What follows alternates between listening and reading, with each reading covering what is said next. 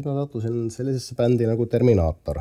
See jällegi, kõik on selline juhuste kokkulangevus või tuleb olla õigel ajal õiges kohas, et tegelikult see sai algusi sedasi, et Koit Toomel tuli välja plaat esimene.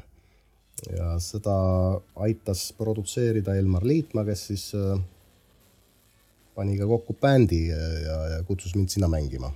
Aga seal oli Elmar mängis ja siis Termikast Armo Kallaste mängis veel. See oli Raul Vaigla, mina. Ja kuidagi, kui me olime teinud suvetuuri selle koosseisuga, siis peale seda tüübid kutsusid mind Termikasse mängima. Ja siis ma tundsin, et nüüd järsku loksusid kõik asjad paika, et ma olin saanud selle oma ego rahuldamise sellise ansambli, et ma tundsin, et mul on oma bänd, millest nagu pikka aega oli puudus, et Otsakooli ajal just oli nagu meeletu hunnik igasuguseid projekte, aga kõik need olidki sellised projektid, et ma unistasin, et mul oleks nagu selline bänd, et mis on nagu just oma bänd, et seal ei ole kunagi ühtegi keha, seal ei ole ühtegi asendajat, et kõik on kindlad liikmed, nii nagu see päris bändil olema peab. Ja peale seda olidki kõik asjad jälle hästi, et kõik on balansis. Et selles mõttes on kõik nagu mõttelaadi küsimused, et töö on töö. Näiteks võtame, ma siiamaani mängin laevade peal ja mitte, et see minu jaoks keeruline oleks, ma olen väga õnnelik selle üle, sellepärast, et ma saan nagu tunduvalt rohkem mängida kui võib-olla väga paljud teised.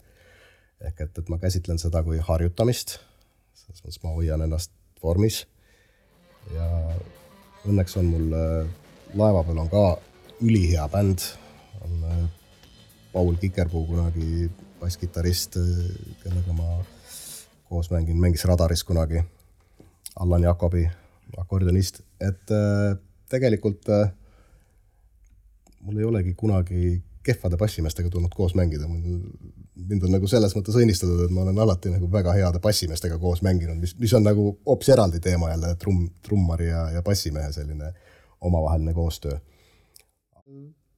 Siin paar aastat tagasi tuli uuesti kokku see Pantokraator, millest juba enne juttu oli, kes oli, mitte siis varjusurmas, aga ta lihtsalt ei tegutsenud nagu mingi aastast 94 äkki või.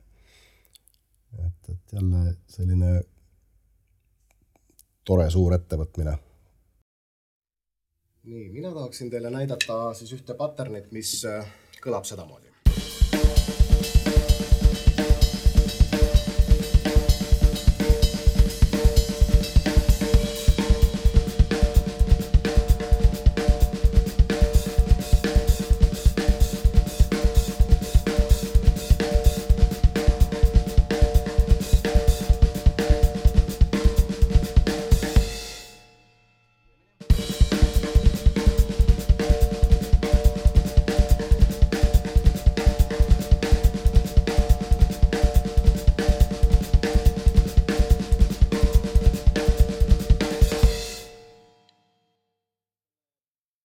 Patterni koostis on siis selline, et tegelikult basstrumm ja soolotrumm mängivad täpselt ühte sama figuuri. Ainult selle vahega, et basstrumm alustab esimeselt löögilt ja soolotrumm alustab teiselt löögilt. Ehk siis kõlab see niimoodi, basstrumm.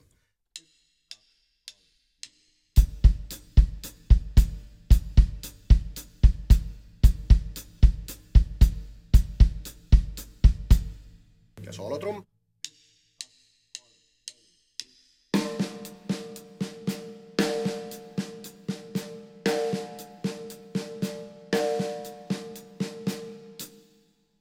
Ja nagu te nägite siis, et üks löök, mis läheb siis teisele ja neljandale löögile on rõhuline ja teised on nagu ghost node'id selles mõttes, et sellised vaiksemad koos kõlab siis.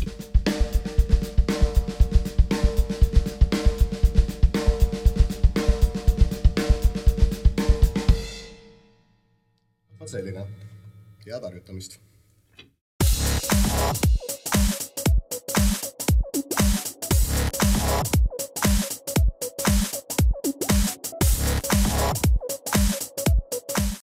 Tegelikult see asi sai juba nagu kaugemalt alguse, ehk et siis see sama 2-takti saatebänd, millest ma rääkisin. Et sellega oli sedasi, et samamoodi võeti nagu meeletu kogus lugusid maha, aga siis iga mees tegi nagu oma töö kodus ära. Võttis oma lugude portsu maha ja siis kokku saadi hommikul salvestusel. Ehk et selles mõttes, et igal ühel pidi olema oma partii niimoodi maha võetud, et 3-4 hakkame mängima ja lugu kõlab. Et selles mõttes nagu mingisugust aega enam proovi tegemiseks spetsiaalselt ei olnud. Ja no ei olnud mõtetki sellepärast, et midagi nagu sätiti ümber kogu aeg. Ja minu jaoks on olnud hästi suureks abiks noodistamine. Ehk et tegelikult ma olude sunnil lihtsalt või kuidagi niimoodi on läinud. Tegelikult algas ju kõik juba kuskilt kaugemalt pihta, et igasugused lood, mida ma mängisin koolieksamitel või mingid sellised keerulisemad, mida ma tahtsin mängida. Minu suur lemmik ansambel Rush näiteks või Level 42 või mida ma seal otsakooli ajal ikka püüdsin seljatada, et siis, või Dave Weckli mingisugused asjad, et need olid vaja kõik, mul oli vaja need enda jaoks välja kirjutada, sellepärast, et mul on vaja näha seda pilti visuaalselt. Et mul on nagu siuke nägemismälu, et minu jaoks tunduvalt keerulisem on lugu niimoodi ära õppida, et ma ei näe noodi pilti. Ja eks ma siis ikka alguses kehvemini ja edaspidi ikka paremini püüdsin neid asju kogu aeg endale arusaadavamalt kirja panna ja samamoodi siis ka nende asjadega, et tegelikult 40 lugu maha võtta, ega midagi keerulist ei ole, lihtsalt tuleb istuda ja hakata kirjutama. Kui on, ma ei kirjuta nagu ükshaaval kõiki asju välja, ma ei kirjuta mingid hätipartiisid välja näiteks ja kui ma tean, mis moodi see käib, et ma panen paar esimest sellist märki ja vormid kirja, kui midagi muutub, trummibreigid kuskile vahele. Oluline on ära fikseerida tempo ja võtangi 40 lugu, kirjutan nooti ja kui ma võtan noodi ette, mul on seal see lugu, mul on seal tempo, ma võtan tempo kellast õige tempo, hakkan mängima, küll siis lugu ka meelde tuleb, kui peaks olema seda moodi. Okay. Ja samamoodi oli selle Superstaari asjaga, et tegelikult lihtsamaid lugusid, nendega on sedasi, et neid jõuab kirjutada sama kiiresti, kui lint mängib või siis kui lugu nagu arvutist mängib. Aga kui on trummil natuke rohkem tegemist, seal muidugi tuleb nokkida kauem, ikka tagasi kerida ja panna kirja ja kui on nagu väga keeruliste asjadega tegemist, siis nendega võib ikka kaua aega ka minna. Tegelikult kõige olulisem üleüldse on puhkus, korralik puhkus, selles mõttes, et kui sa ikka oled öö otsa magamata, sa oled päev otsa ringi sebinud ja sa pead järgmisel õhtul mängima, siis ega selles mõttes head nahka ei tule, et lihtsalt füüsiliselt inimene ei suuda. Pea ei ole värske, et see on, seda ei ole isegi nagu mitte mina ei ütle seda esimest korda, nähtavasti seda ütlevad paljud, aga ma olen kuulnud näiteks Dennis Chambersit seda ütlemas. Samamoodi tema käest küsiti, et mis on sinu jaoks kõige olulisem enne kontserti, mismoodi sa valmistad ennast ette. Tüüp ütles, et ma lähen hotelli tuppa ja magan, et hea puhkus, et see on nagu, ja nii on, et sa puhkad, ärkad üles, sul on pea värske ja kõik töötab. Nii kui sa oled väsinud, nii sa tunned, et järsku enam nagu koordinatsioon ei ole päris see ja käed ei kuula võib-olla niimoodi sõna, nagu nad peaksid ja et kõik on siuke, see on nagu kõige olulisem, tõesti. Loomulikult materjal peaks olema selge, kui lavale lähed, ehk et siis tuleb ju tihti peale ette selliseid eksprompt asju, kus võib-olla proovi ei ole väga palju tehtud või mis iganes, et siis vähemalt enda jaoks peaks nagu materjali selgeks tegema. Või mida ma olen muidugi pidanud ka palju tegema, on nii-öelda käima teistele trummaritele asendajaks, ehk siis kehaks.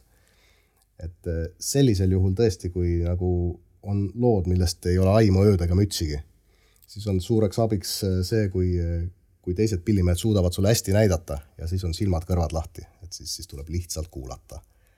Et sa võid eeldada, et siin on paus või siin on sünkoop, aga kui on bändis pillimees, kes suudab sulle nagu hästi öelda, et siin tuleb sünkoop, siin on nüüd paus, ta näitab sulle natuke enne, siis on lust mängida, et lihtsalt tuleb jälgida, ei tohi unistada.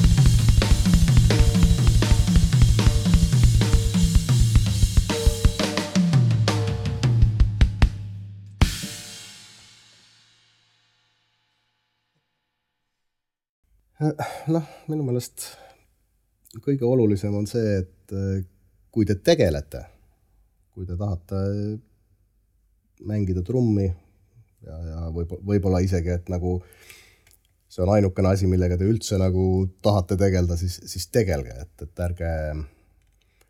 ärge raisake aega, harjutage, uurige, et mida rohkem te asjaga tegelete, seda paremad te olete ja seda suurem on šanss,